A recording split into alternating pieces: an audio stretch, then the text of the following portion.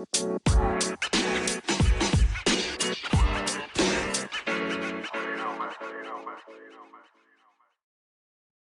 guys, welcome back to the show. I have my next guest with us today. Now, Edward, I'm probably going to mess your last name up because I'm really bad at that, but let me try it first before you come for me. Miss Guy. No, I'm way off. I don't know. Oh no, you froze. I was waiting for it, and I didn't hear it because you froze.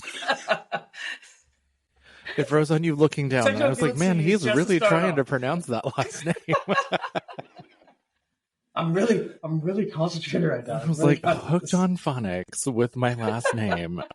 Did not work. I said okay. I thought it was Miscati. Nope, Misky. Misky. You made it extra Italian. So, yeah. Miscati.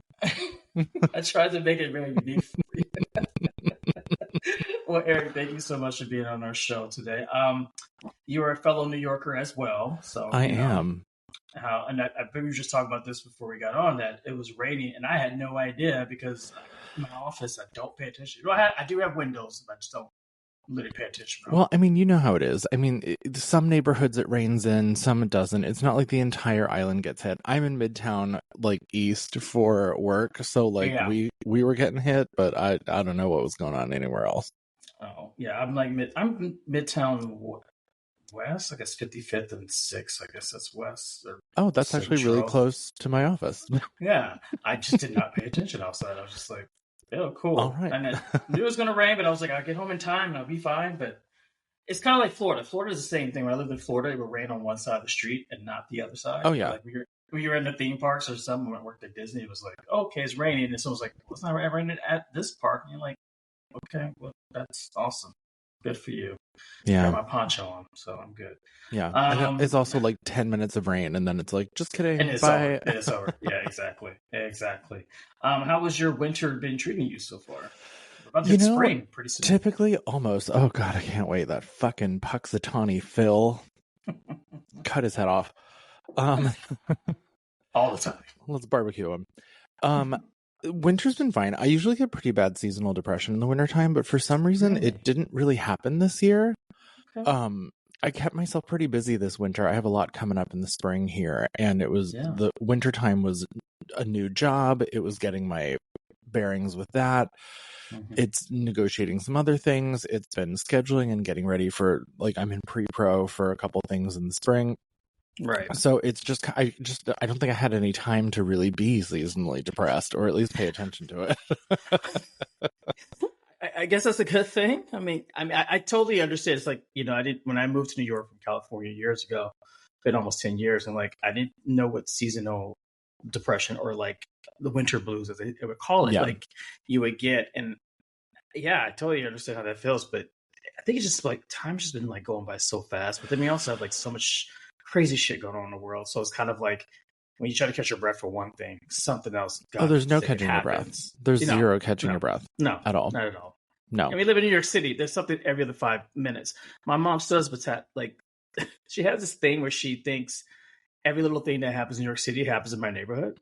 Did you see what happened in that subway that someone got pushed, which is like probably in Brooklyn or something, But I'm like, New York City is just one place. It's not. It's just one place. There are no neighborhoods. It's just one place. She's like, I heard you had flooding. And I'm like, no, that's Brooklyn. I don't live in a flood zone, Mom. I know. Like, and that's, I think people see Manhattan on a map and they think it's so tiny. And it is. I mean, like once you live here for a certain period of time, like it is the biggest little town you've ever lived in. Like I can't go anywhere without running into people I know. It's crazy. But that is insane. I've been here for almost 19 years now. June will be 19. Wow. Which is both horrifying, baffling, and amazing at the same time. But you technically are a New Yorker at this point. You've been here for 10 years. I've been a New Yorker for quite a while. Yeah, you're the essential New Yorker now. I mean, it's amazing. Wow. But it's just it's such a big place, and within the big place there are tons of little places, and I think that's my favorite part about it, is that it is massive, but like you very much get kind of regulated, I guess, in a way, to a very specific area or two, and those are the only places you go, and it just becomes your stomping ground. Oh, absolutely. I've realized I'm a West Side girl because, like, I lived in Red Hook for a short time. I don't go to Brooklyn as often anymore, but I live in Chelsea.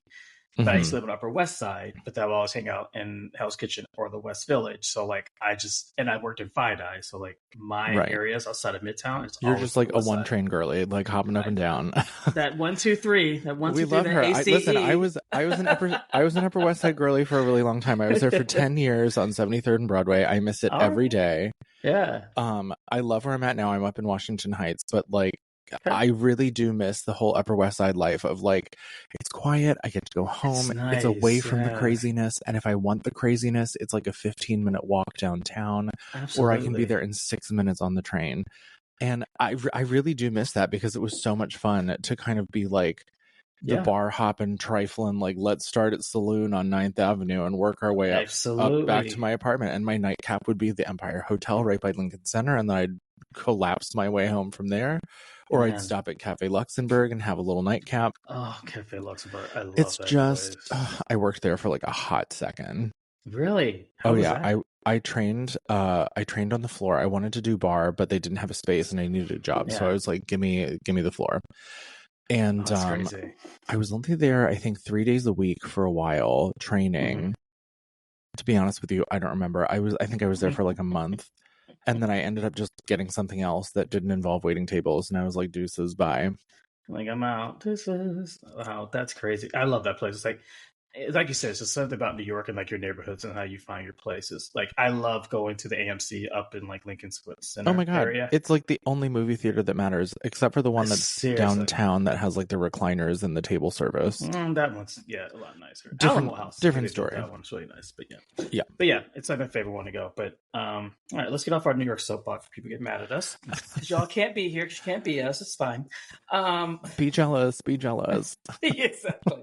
Um, so yeah, you talked about being busy in spring. So you have a lot of stuff coming up this spring for you, right? I do. Oh, I do. Some yeah. of which I can't talk about, but some of which I can. Okay. Um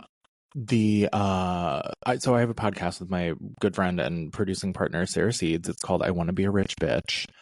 And Nice. we've been in kind of pre-pro land for that for the last 2 months or so. Well, I guess Okay. wow, actually just kidding. It's only been about 3 weeks. This is where my brain is. Just Sarah, far. You're already in advance. You're like two yeah. months To be done. fair, Sarah was out of the country for a month and I kind of took everything over, and then when she got back we reconvened, and that's really only been 3 weeks. Okay.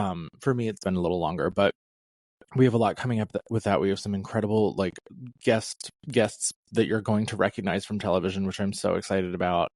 Amazing. And that's kind of the next thing coming. Plus, the pipeline of my book adaptation for television. We just got some fabulous news today that I can't share with you. That Oh I'm yeah. so fucking excited about. Ryan It Murphy's gonna made do your my whole show. day. Oh my gosh. If only. I do have a script. I do have a script for him that's more up his alley than this is. But Yeah.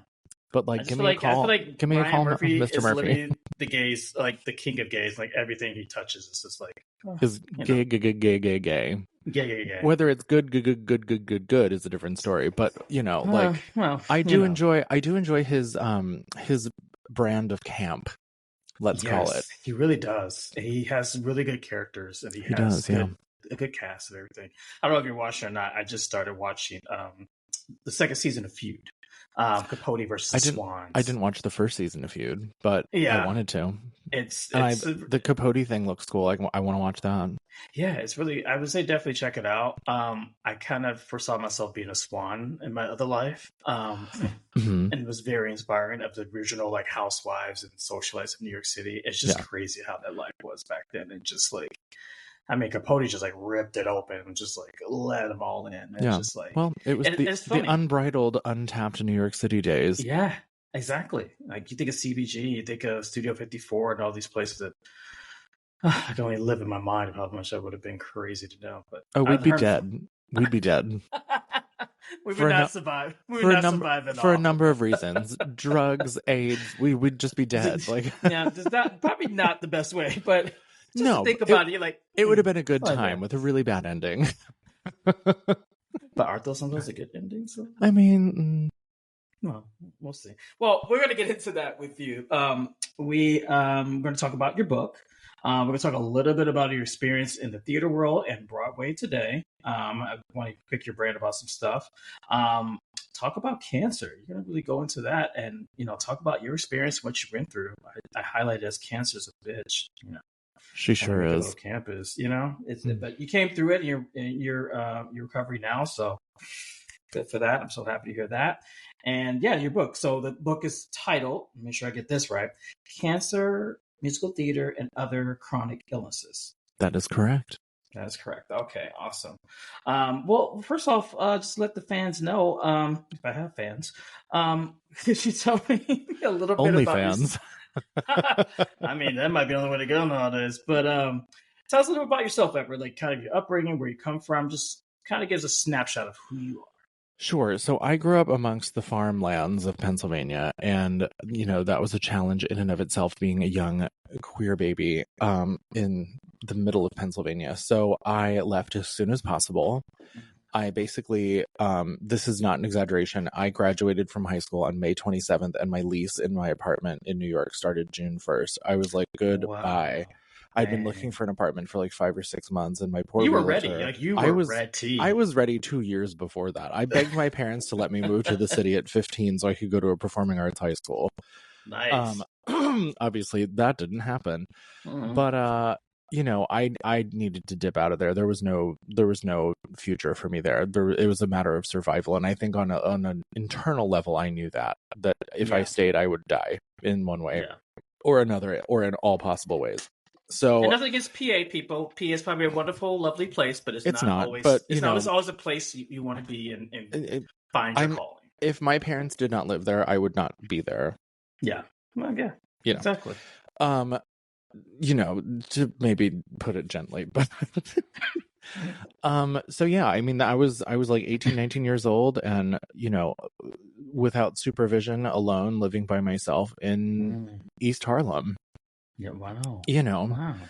Wow. I was right at the beginning part of the gentrification of that neighborhood, for better or worse. They built a Whole Foods up there, so it's not as hood anymore, and there's a lot more white people. I mean, from what I hear, it's still a little hood, but okay. I think it kind of like wasn't, and then it became so again. But I mean, regardless of that, I loved it. I loved my block. I loved my apartment. I had everything I needed within a 1 block radius of my place. I was there for 5 years. I have great memories in that neighborhood, and amazing. I just, that was my intro to the city. There was a night I had to stay with friends downtown that I worked with because there was rumors of a gang rumble in the neighborhood, and I was like, I'm not going home. Oh. I stayed at a friend's house. Jeez. I mean, was it everything that you imagined? Like once you left PA, you got it? Because everyone has that, I guess, New York experience. They come here, they're like, "Oh my God, New York! Oh, it's so amazing!" Or like taking it in. Like, did you kind of feel that? Even though you've been looking forward to it, did you kind of feel that once you were actually here? I think there was definitely oh fuck, this is so much harder than I anticipated it to be, because I was 19. I had like no job experience. I'd barely graduated high school, and like my resume was like, I was a busboy at this hotel restaurant, and I worked a front desk at this hair salon at the mall. So it took me a really long time to find a job, which was horrifying. And like this city, I moved there in June. It is hot. It is sweaty. I wasn't comfortable wearing shorts back then. I was wearing like tight little jeans and t-shirts in the city in the summertime. And so I just like, all I really remember about that summer is just being sweaty the whole time. Just sweaty. Like, I'm not even joking. I got like a yeast infection on my leg because my jeans were tight and I was wet, and it was just gross. Like, I literally had to be like treated in like on my leg for a yeast infection. It was disgusting. Wow. And I wasn't even like a big girl. I was like, I think I weigh probably 60 to 80 pounds more now than I did back then. So like, it wasn't even like that. Wow. Okay. But it was a hot, disgusting summer, and it was really hard to find work. It was not hard to find friends. Good friends, not good friends, kind of neither here nor there, but it was not hard to meet people back then. This was pre-iPhone, pre-flip phone. Yeah. This was like the Nokia days. And It was exciting, and it wouldn't have mattered if it was horrible and difficult. My apartment was broken into the first like week or two that I lived there What? through the fire escape when I was in the shower, Oh, and like never saw the like broad person. daylight? Broad daylight. It was like in the middle of the morning, and someone came in through the fire escape and went through my Jeez. shit. I had nothing of value. The only thing they took was my class ring, which I hated my Wow. high school, so like good riddance. Bye. Okay. It burned down a couple years ago. Catholic school. But it wouldn't have mattered if it was 10 times as hard. I was so glad to be out of Pennsylvania and so happy to be in a place where like I could just exist. I could just be whoever I wanted to be, and it didn't matter. I went through a phase where I was like, I'm going to be a model. And like, I went and found photographers who wanted to shoot me. I've yet to see those photos, and I don't know if I want to, but like somewhere on someone's hard drive in Brooklyn somewhere, there are photos of me in my underwear in an empty apartment. Oh, and okay. that's another story for another time. But I was actually just talking about that the other day. Reliving my past modeling days. But you know, I was just so happy to be out of Pennsylvania and to have some autonomy and feel what it felt like to have a promise or a future. Yeah. Whereas in Pennsylvania, it was just dead ends everywhere. Yeah. So it wouldn't have mattered. I was just so glad to be somewhere else that I made it work. I made it fun. I like gamified it in a way. Like I couldn't afford to do anything. You know, I had like $0 at all times. And I would take the train and I would pick a random subway stop and I would just get off and walk and get lost and refine myself. Yeah. Which is do that sometimes. Such a metaphor for life, isn't it? Well, no, it's so true. You know, I had the luxury, you know, my first tenure was going to NYU, and so that was a not rude awakening, but like it was kind of like my full foray into New York. Yeah. And I totally feel it. It's like an NYU is not a school. I mean, it's a great school, but it's not a school where you're like your typical like we have a frat, we have a this and that. We have right, like you're really, living in a dingy apartment in the East Village, and you might get stabbed by homeless Joe on the way to class. You know, yeah, exactly. Like you're in the city, like you have to like make your way. You have to force yourself out of that comfort zone. And thankfully, the only thing I would say that's different, I don't mean to interrupt you, but the only point I want to make to that is that like at least with that situation, you have a controlled environment of adults that you could go to if something happened. Like there was a number or a front desk that you could run to. Whereas that's true. I'm just ass out in East Harlem. Like I know. So that's what's making me think. I'm like, we had our dorms, we had our situations, but I'm like, I can only imagine like you're just there, like you're in your apartment. I had nothing. You had nothing. Like, but I was fun. It was fun, but I think that maybe I don't want to say that's always everyone's bad experience, or it's not even a bad experience. That's everyone's different experience in New York City. But I think and maybe you can agree with me, it's like it kind of makes you really appreciate the city. It makes you really feel more tougher, and it makes you really strive for more. Because I hate to say this cliche, like you can make it anywhere. I mean, I really think it's kind of true, because if you really could go through hard shit here, nothing else is really going to phase you that way. Yeah. Well, and I mean, I think that kind of mentality is dying out a little bit, only because you have these children with trust funds and like, the finance bros. And I guess they've always existed, but it's different when, because I also think that adage is coming from a place of being a creative person. Like if you can make it in the city as a creative, you can do fucking anything. And that's I think it was easier actually to do back in the 50s, 60s, and 70s because there were artist communities, there was affordable living. That doesn't exist anymore. So now it's like, if you're a creative person here and you don't have a trust fund and you do make it here, you can do literally anything. Like you are officially unstoppable. Yeah. Because it's gotten so much more difficult. Oh, absolutely. Yeah. And then tell us a little bit, like after, you're here, you're in the moment, you're in New York now, and, how does this transpire to you being part of Broadway? I mean, obviously something you were passionate about, but how did that kind of fruition come outside of auditioning? Did you just really push yourself? Did you have projects or what got you there? So for the record, I've never actually been on Broadway, but you have not been on Broadway. Always, it's fine. Have you seen Broadway lately? I moved here So I actually moved here because I wanted to be a pop star. I wanted to be like Oh, George Michael. Like okay. she had her ears pierced. There were drama bangs. There were outfits for days. Every day was a Okay. runway. Love that. And so I was doing like the downtown music scene at the clubs and the with the DJs and MySpace and all that other shit. And Wow. it was really unfriendly. In a way Wow. that was like overly aggressive, and there was a drug scene there that I've never played into, that I was not into, and it was just like, you know, doing Wow. lines off the DJ booth and shit, and like that just wasn't for me. I didn't want that. Yeah.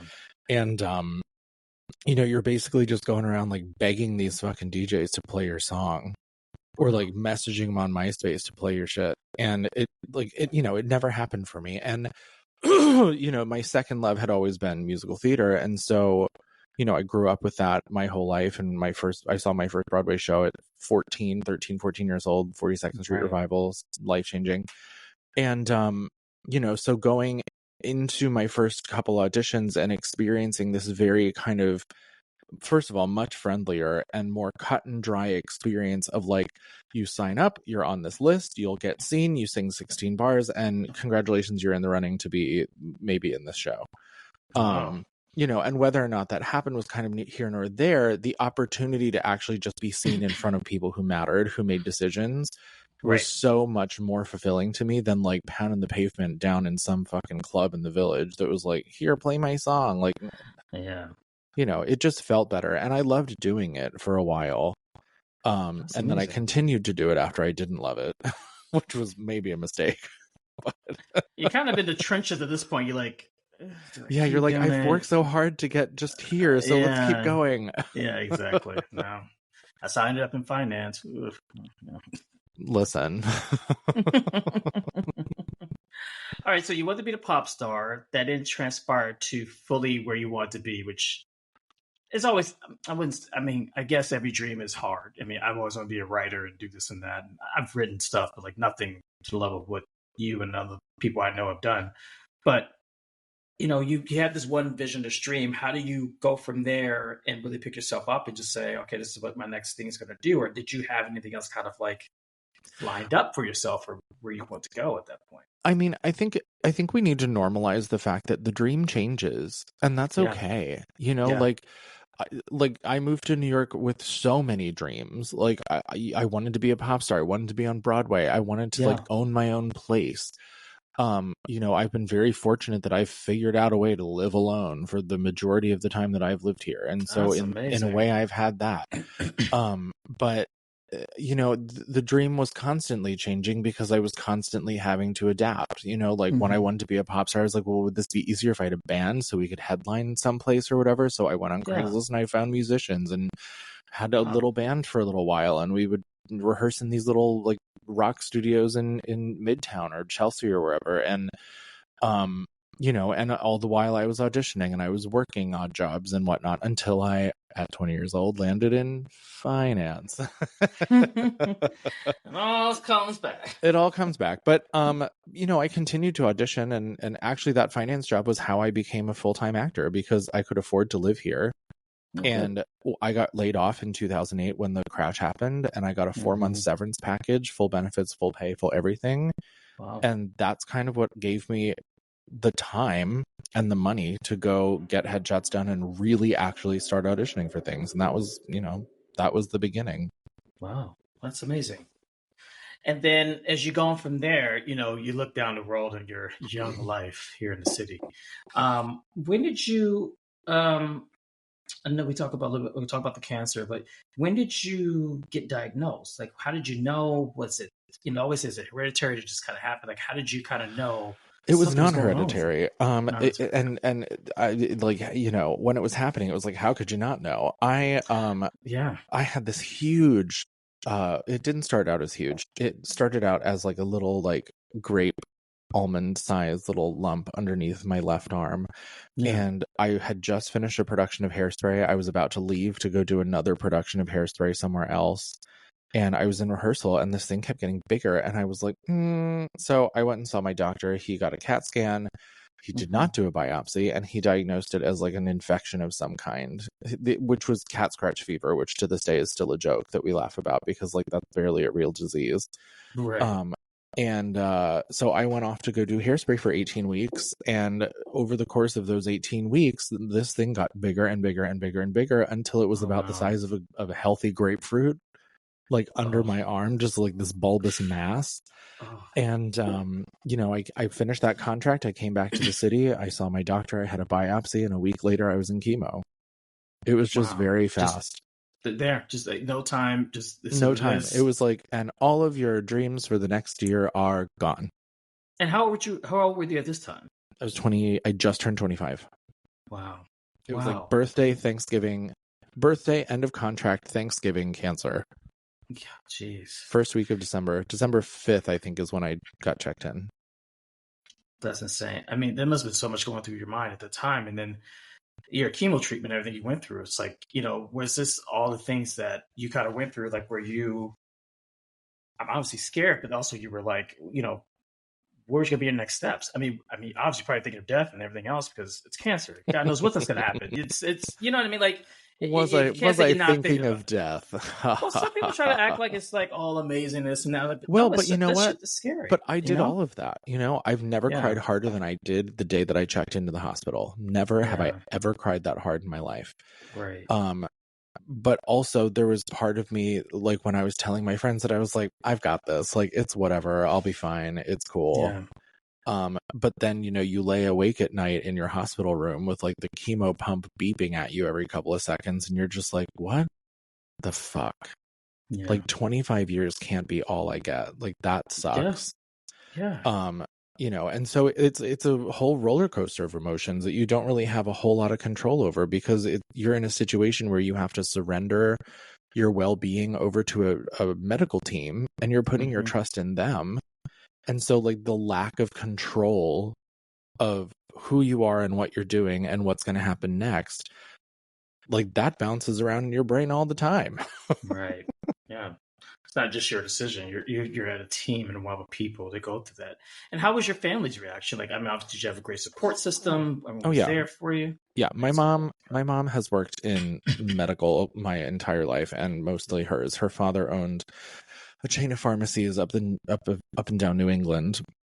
Okay. And so she went to pharmacy school to work for him. And then, she has, God, I don't even know how many years of experience under her belt now, but now she runs a pharmacy at a hospital. And so like her being in the room when the doctors and nurses came in with like the different medications and prognoses and protocols, she already knew all of them. Like she had mixed chemotherapy before. So like, for quite a long time she did that. And so having her there to be able to take notes and be like, that dose is wrong. Don't do that. This is the wrong drug.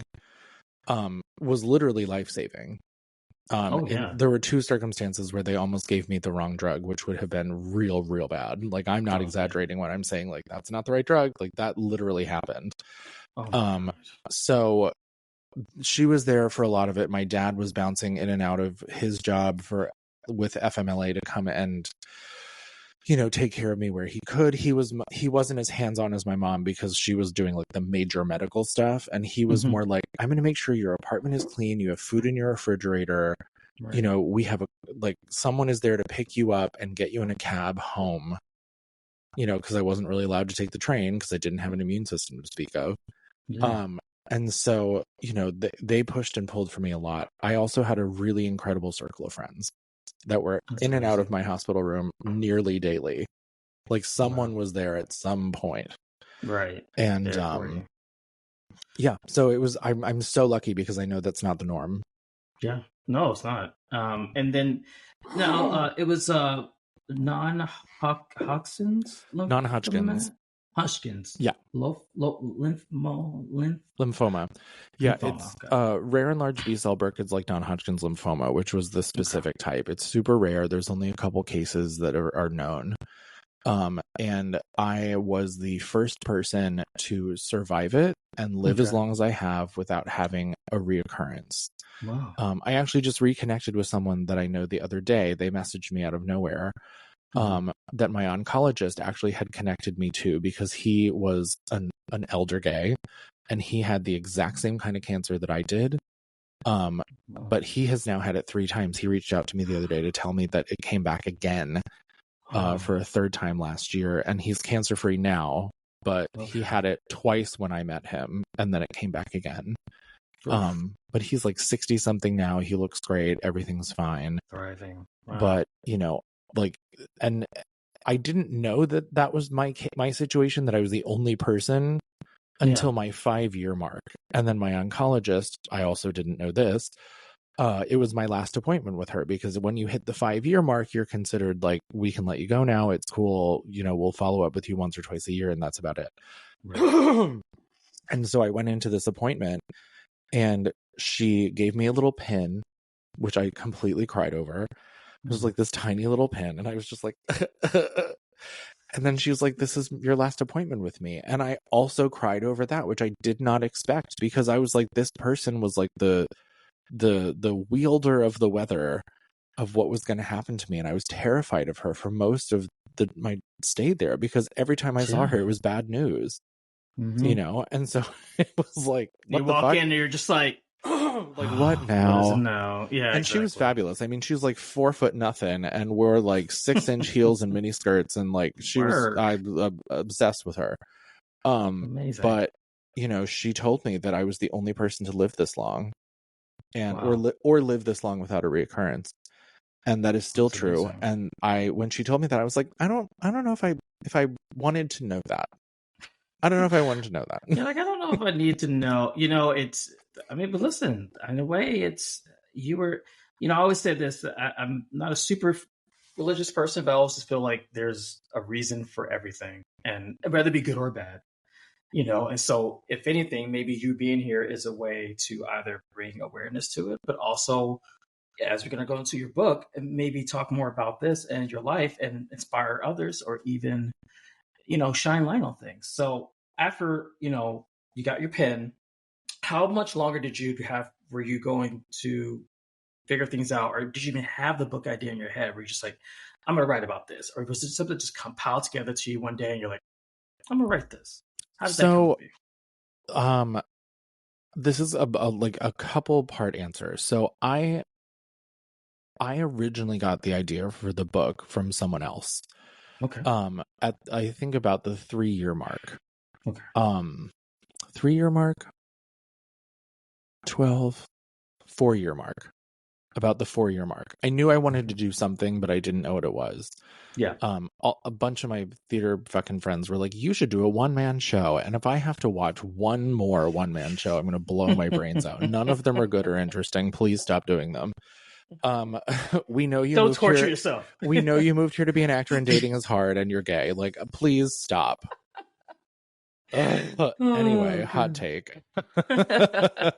On a side note. But I didn't want to do that. And then I met this guy who, you know, we met on an app, and he was coming over. Beautiful man. And he told me that he was coming from 68th and 1st, which is where the hospital is. Like, that's Hospital City over there. The whole block is a hospital. There are no apartments. So I was like, So he came over, and after the fact, I just was like, so, like, you were over there, like, were you at Sloan Kettering? And he started to have like a little bit of a meltdown about it. And I was like, no, it's totally cool. Like, me also, like, same. Right. And we just kind of sat down and talked for a really, really long time about how he was doing. And it was all of this, like, I don't know who I am. I don't understand why I get up in the morning and I hate everything. I don't want to go to work. I'm not motivated. Everything all my friends are saying is just pissing me off. It's like, shut the fuck up.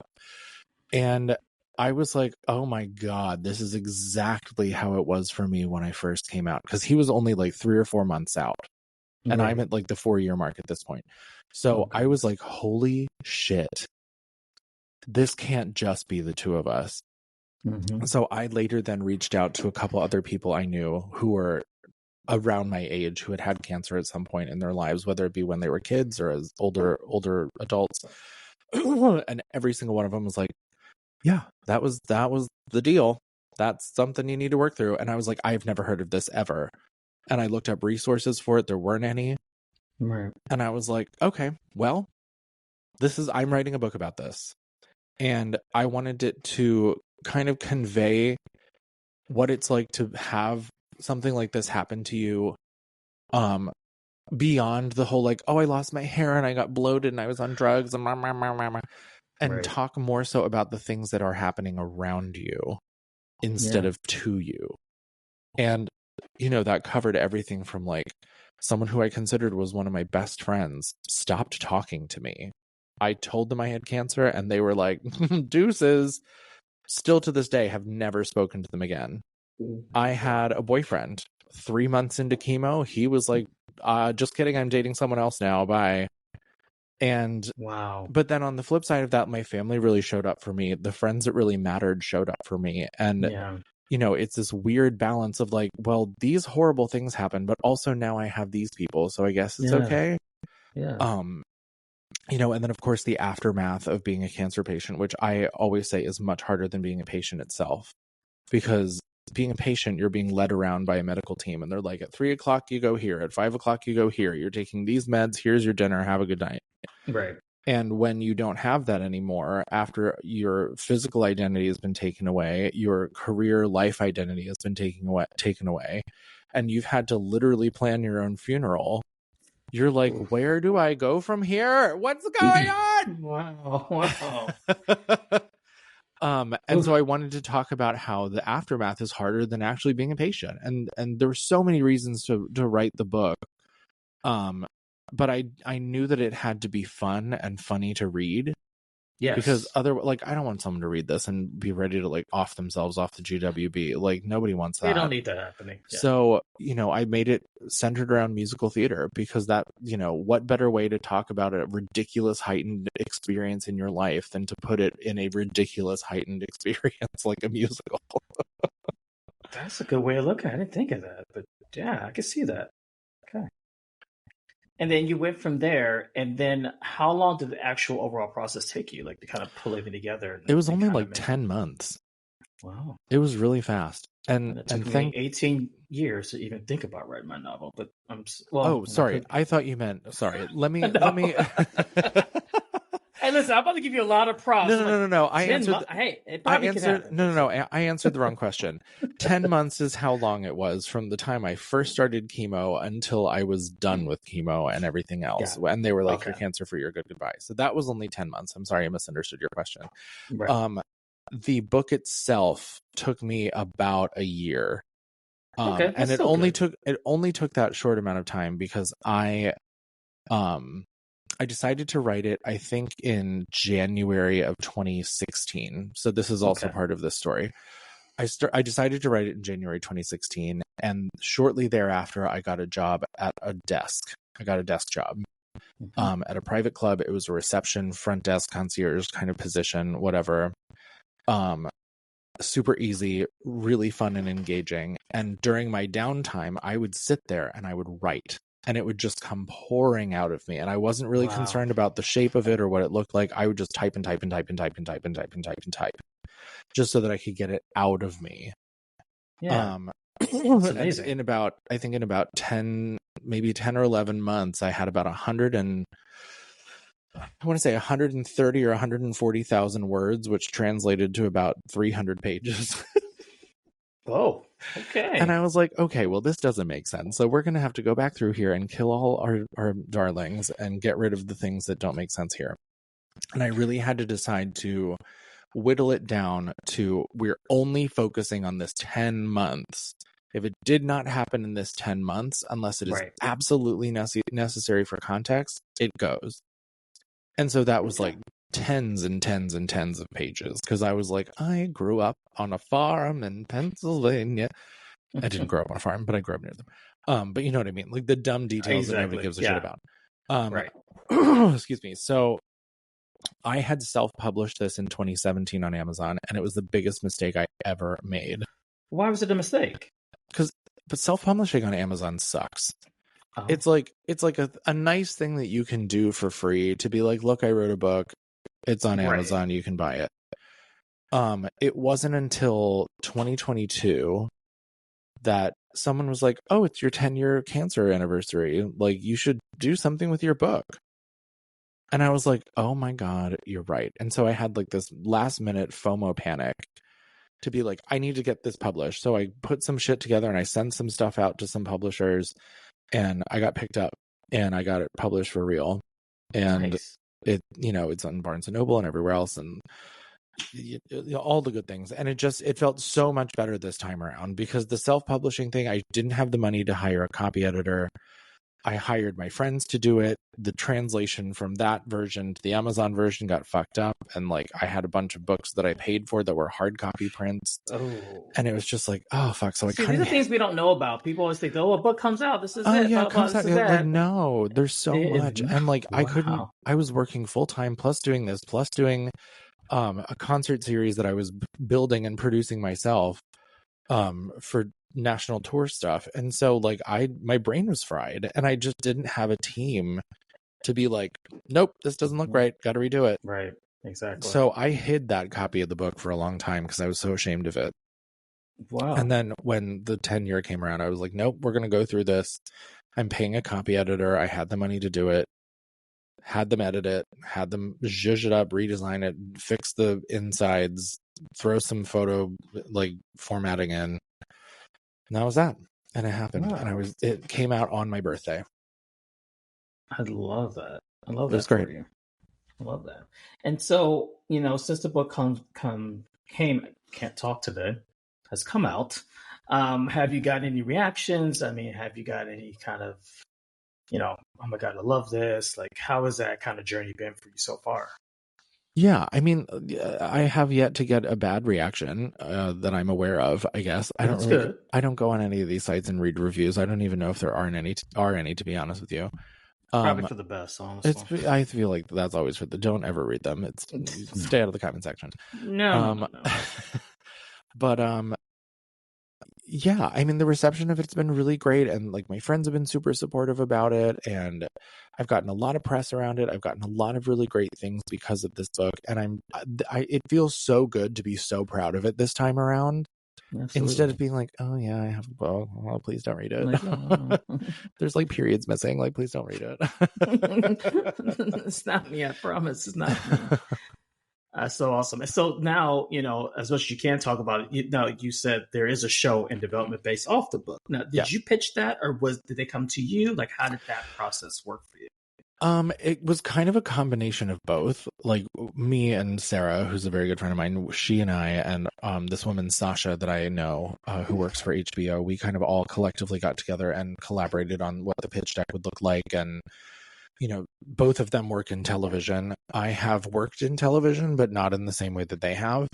Like I worked on the acting side, and not the really writing, producing side really much at that point. And so I just kind of like finished the deck and I put it in their hands, and I was like, hey, throw this around and see what we can do. And I did the same. And we've gotten some really great meetings. We have some really other great meetings that are coming up / pending / we're talking to some people that might be interested in signing on. And it just feels like it's going to happen. It's I think for the first time in my life where you're like, oh well, I made this thing and hopefully one day it'll happen. Like, but who knows? Anything can happen. But like, I just feel very much like, yeah, it's happening. Yeah, like definitively and confidently saying it's happening. And even if that means that we have to raise millions of dollars ourselves and shoot it ourselves, we'll do it. But at this point, you're in the greatest place in the world to do it. New York City, greatest and worst. Like it's so fucking expensive. Double-edged sword. Double-edged sword. Absolutely. The talent's here, and everything you need is here. It's just the cost of doing it all. 100%. I used to look back at old episodes of Sex and the City, and I'd just be like, I felt like New York City was pretty much the forerunner of the show. The girls were there, obviously, and the stories and everything dating, but like, there's something magical about New York City being in the background. It just made it more and more appealing and more relatable, Yeah. To what it is. I will also say that show kind of ruined New York City. Okay, I could see that. I can only because the power of television made these blonde square state bitches be like, I'm going to come to the city and I'm going to be just like Carrie. You're not wrong on that aspect of it. Yeah. But I look at the not that I didn't love the show. I love the show. love the I show. was mainlining those DVD sets when I first moved here. Like my first apartment, and the second I got a computer, I was like, DVD in, and I will binge watch this till 4 a.m. I would sit here and watch it. Well, I I said the will same thing about drink the girls in. I felt the same when I watched Friends. Like I love Friends, but I was also like the same thing you're a little bit talking about, where it's like, there's no way y'all got that fucking apartment in New York City. Like, let's be honest. Like, come on. Let's be real. The jobs you have, you know. Right. But it was a nostalgia of New York City, and me, obviously growing up in California, it was like, oh god, this makes New York City so much better. I would go visit. I could see my dad, my uncle, stuff. But it was like seeing it made me so much more connected to it. I was like, I just want that. Not that I had to live that perfect life. I didn't want that perfect life, but I wanted to be able to walk to Central Park or go to Times Square or eat at that restaurant. I have that experience. So I loved it for that aspect of it. So I don't know if your show would take place in New York or not. If it does, you already have a built-in fan right here. Okay, all right. Oh, it absolutely does. I feel like it makes it no two ways about it.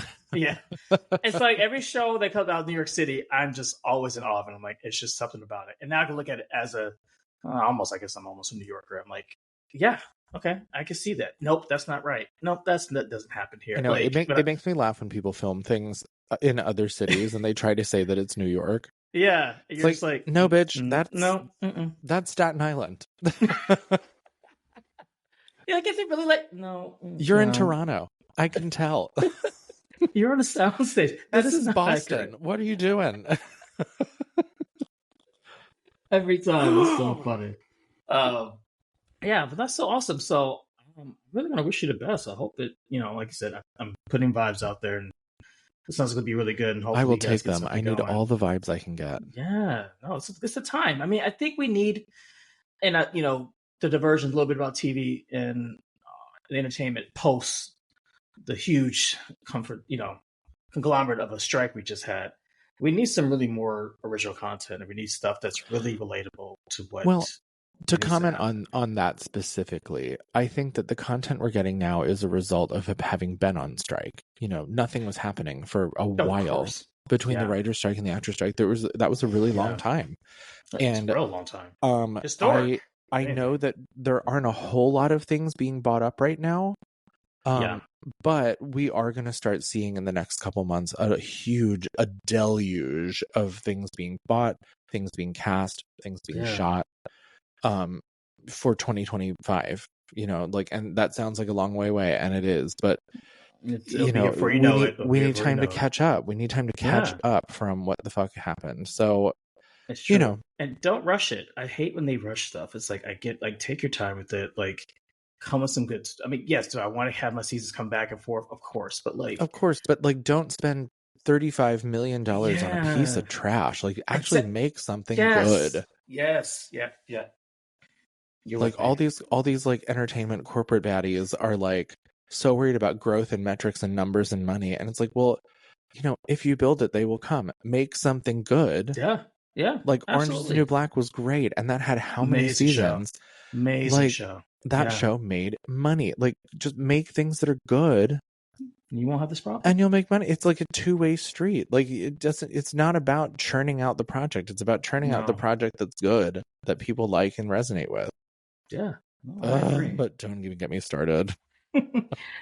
Speaking of that, have you saw the new trailer for Wicked? Which of course I have. Can't wait. I feel like I'll be like every gay in the city. It was like a whole theater full of homos, and you're just like, oh my god, I can't wait. We're here. I cannot wait until you hear that quintessential gay scream when Ariana Grande and Cynthia Erivo hit the screen for the first time. I mean, I'm honestly kind of excited to hear a version of Defying Gravity. I mean, Idina will always be my favorite, but I'm pretty sure she's Cynthia Erivo's voice is otherworldly. Idina, who? Amazing. Okay. Oh, come on, it's still Idina. No, I know. I'm a big fan of Idina. I get it, but Cynthia Erivo is next level. Her voice is nuts. And actually, I read an interview one time a long time ago where Idina Menzel never actually identified herself as a singer. She was always an actor first and singer second. Wow. And I was like, okay, bitch, whatever. Like, all right, Elphaba. Right? That's like, but really? Then I went and saw her in a play. God, what was that called? I don't remember what the play was. But it was so good, and she was incredible. Yeah, And I was like, She's amazing. there were some heavy hitters on that stage, and I was like, you are the best bitch here. So good for you. I was like, Yeah. I was like, if someone told me that she wasn't a singer and she was an actor first, I'd totally believe them. Yeah. She's amazing. But yeah, I'm looking forward to it. I think the only thing I'm worried about, or I don't know why they did it. I probably know why they did it. It's like splitting the movie into two, and I'm like, are you really Oh, going to but end that's this? because of the book, because they're pulling more I know. storyline from the book, which I cannot wait. I hope they do more on the Is it Flying good though? Because Monkeys, because I don't that's going to remember be the insane. book. You have I to read never the read book. the book. It's so Is good. it good? Okay. The Flying Monkeys have a whole plot line.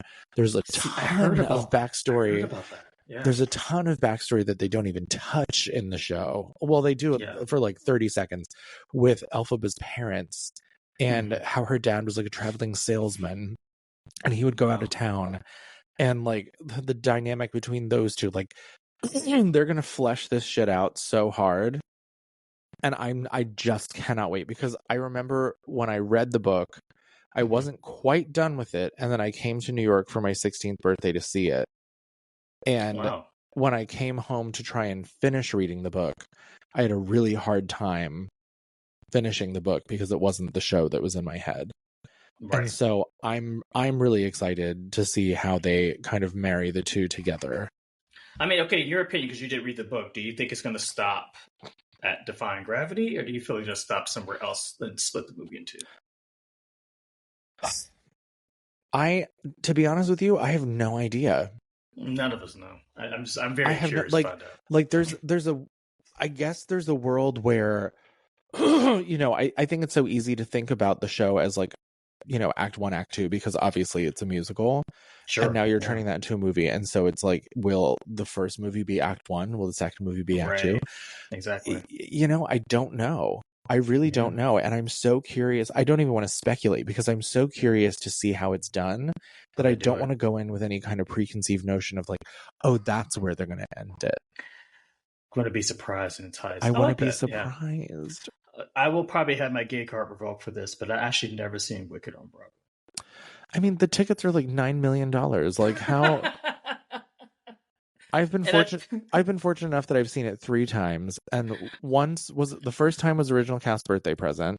Yeah. The second time, a friend of mine won the lottery and just took me. Wonderful. And then the third time, a friend of mine was coming into the city to see a friend in it, and their husband bailed. And so they just texted me like, "Do you want to go?" And I was like, "Yes." And so those are the 3 times I got to go. But I would see it again. I'm going to take, my parents are coming up here in a couple months, and I'm going to take them to see Wicked. I need to go see it. I've always told myself when I moved back, when I was at home for a while and I got back here in 2015. I was in the world of Disney for 4.5 years, and then I left Neverland. I came back here and I said, I'm going to see it. This was in 2015. Never seen it since I've lived there. Yeah, I mean, it's good. Need to see it. It's worth it. I need to see it. I only just saw Hamilton like 2 weeks ago. And I should never seen Hamilton. Well, it came on Disney Plus. That's right. I saw it on Disney Plus, and then I saw it in person, and that was the first time I saw it in person. Okay, maybe you could tell me this, because I feel like when iconic roles are obviously in Broadway shows, and the person is no longer in it, does it make it? And nothing against the other actors or people come into it, does it make it like less a special? Like I remember when Wicked was with Idina and obviously, Tristan Chadwick. It's like, if I didn't see it with them, like, am I really seeing Wicked? Oh yeah, it's still the same. The story's still the same. Right, the book and the score is still the same. Like, yes, of course, original cast is original cast for a reason. Fine, whatever. Right. In the case of Hamilton, I was a little disappointed. Only because the cast recording is so ingrained in my brain, but also the performances of the original cast on Disney Plus are so strong. Yeah, and then, I just had to keep reminding myself, like, the show has been open for 9 years. The show has been open for 9 years. Yeah. Not that it wasn't good at all. It just was like, this is different. Yeah. No, I love it. One of the things I did do, which I thought was really great, and I taught myself, I was like, I want to be more cultured. My ex was in Broadway for many years, not on Broadway, but like shows, had me do a bunch of shows here and there. And I said, I just want to learn. I just want to see what it's about and understand the process goes into it. So I entered every lottery in the world, because one of the best things in New York City is you can just enter the lottery and pay next to nothing and still go to these Yes. great shows. But then when it started happening, when I won the lottery, it would always happen when I had to be at work. And I was like, why can't it be the day I'm not at work that I don't win? And then the days when I'm not working, I never win. But finally, I guess my scorecard kind of balanced out. So I started getting them on the days I wasn't working. It was like score. So it started working out. So I still play the lottery game. I've been pretty good about it so far. So I'm going to keep doing it. But lottery is great. But I will tell you, as like a Broadway New Yorker hack, yeah, which is going to sound not like a hack at all, because we're so accustomed to like apps and websites and special deals and Groupons and all the other shit. Go to the box office. I know. Because that is the source, and they can give you a better deal than you're ever going to get on a website. You're not going to pay $50 in fees to use the website. Yeah, that's true. Recently, I went and saw Gutenberg like the week it was closing. Right. And I went into the box office the week prior, and I just said, give me your cheapest, best available. Yeah. And I got a 7th row orchestra $69 seat. Oh, nice. And it was the best. Anne Hathaway was there with Anna Wintour. It was the best. Oh, I would have died. Speaking of Anne Hathaway. The whole theater did. Everyone was screaming their fucking heads off. Are you... well, it's not going to come here anytime soon, but I'm really thinking about taking a flight to London and seeing Devil Wears Prada. I've heard mixed reviews, and I've heard it's not the best, but my girl Vanessa Williams is in it. Vanessa Williams is in it. And like, I think... And I'm like, I got to do it. I just saw Nicole Scherzinger. Scherzinger. And so, no, get her name wrong. And Sunset Boulevard was over there last November for my birthday, and I saw her. She was freaking amazing. I can't wait for that to transfer. I'm so excited. Oh my god, she was so good in that. Yeah. But yeah, I would see Vanessa Williams. I did see some TikTok commentary about this where they're like, are we going to be able to separate her from Ugly Betty and put her in this because it's the same damn role? Like it is, which is not her fault. Like it's just the casting. She's iconic. Like, I mean, Vanessa Williams is iconic. Right. Like, let's be honest. I would honestly pay to see her in anything. So I truly do not care. No, I would love to see that. I'll do it. I'll just make it happen. I don't care if the show's terrible. I want to see her. I just want to see Vanessa Williams. Oh my god, I love it. It is on my list. I'm really considering just buying a ticket. Just like, okay, I'm just gonna go there and see it. I mean, also it's just so much cheaper. I don't know if you had a chance to experience like the. I went to London for my birthday in 2022. I did London and Paris, and it was amazing. I had like orchestra seats for and Juliet for $29. It's crazy. And actually, this is a really great / not great comparison. The Cabaret revival that's coming here now. That's opening. I don't know. I don't remember when they start previews, but I saw that in London 2 years ago, a year and a half ago. Oh, nice. And it's this whole immersive experience. And I went with my friend Charlotte, who lives over there, and we got the VIP, like top tier ticket, which was like second row on the floor because it's in the round, and we're like at this little cafe table. And at the top of the show in an intermission, you got 2 drinks, plus you got a charcuterie board and some ice cream and some macarons. And it was this very cool, like very chic moment. Yeah. And on top of that, like the whole cast and the band were like in the lobby pre-show, and they're like rubbing up against you like, welcome to the Kit Kat Club. Like it was so cool. Love it. But that ticket was $179. And the tickets for the same thing on Broadway right now are like $800-900. What? And I guarantee you're not getting a charcuterie board. Come on, like, you push your luck with that. Maybe like you get a drink at that point. And I get it. I mean, I totally get wanting to be close to the stage and having the full experience, like this wonderful like throwback dinner theater kind of moment. But I am not paying $800. No, I'm just not. No. It's a no for me, dog. It's a no for me, dog. It's a no for me, and I hate that too because that production was incredible. I'm sure. Incredible, and the cast that they have is amazing. And I just am so like bummed that I'm not willing to shell out $800 of money that I don't have to go see a show. You know, I feel you. Well, Edward, this has been so amazing. I don't want to talk your ear off for the remainder of time, which we can always do this anytime. Of course. Let me know where we can find your podcast. Are you on all the major are you guys on the major platforms? Yep, it's I Want to Be a Rich Bitch on all major platforms. The Instagram is Rich Bitch Pod. Okay. You can also find me at Edward Miskey on all platforms. TikTok and Instagram are my mains. All right. But yeah, that's where you can find me. Awesome. And you get the book anywhere? Barnes & Noble, You can get Amazon. anywhere. If you're a New Yorker, you can also march your little butt down to West 39th Street and get it at the Drama Bookshop. It is in the front of the store, signed copies. I don't know how many copies, people. I don't know how many of them I have left. I should probably call them and find out if they need a new order. Get on that. I should get on that. But yeah, that's that. Awesome. Well, Edward, thank you again for being a guest. It's always a pleasure talking to you. Always come back if you can. I'm sure we could be catty about something else down the road. Of course. In time. I have to get on top of my housewives, which is all my next thing to do for reunion time, because God knows never seen an episode in my life. I don't think you need to. I don't. If you haven't watched at this point, you're good. I will spare myself. Yes. Yeah. I wouldn't even subject you to that. Like, unfortunately, it's been great to me for years after Desperate Housewives, and so it's just. Oh God, I love that show. Amazing, right? That show was good. Life, but yeah, I would not tell you to start watching it, but unfortunately, for my other show, I have to watch it, and it becomes a whole topic. I understand. Well, I will take your advice. Yeah, so watch it. All right, well, we have a great night, and we look forward to talking again. And wish you all the best, and congratulations on all your success. And I can't wait to hear about your show. It's going to be so amazing. If you have a red carpet, please invite me. I'll definitely be there. I'll be there. I'll be just like a Williamsburg, like hobo, whatever the case is. But Love I'll it. be very okay. At that point. Great.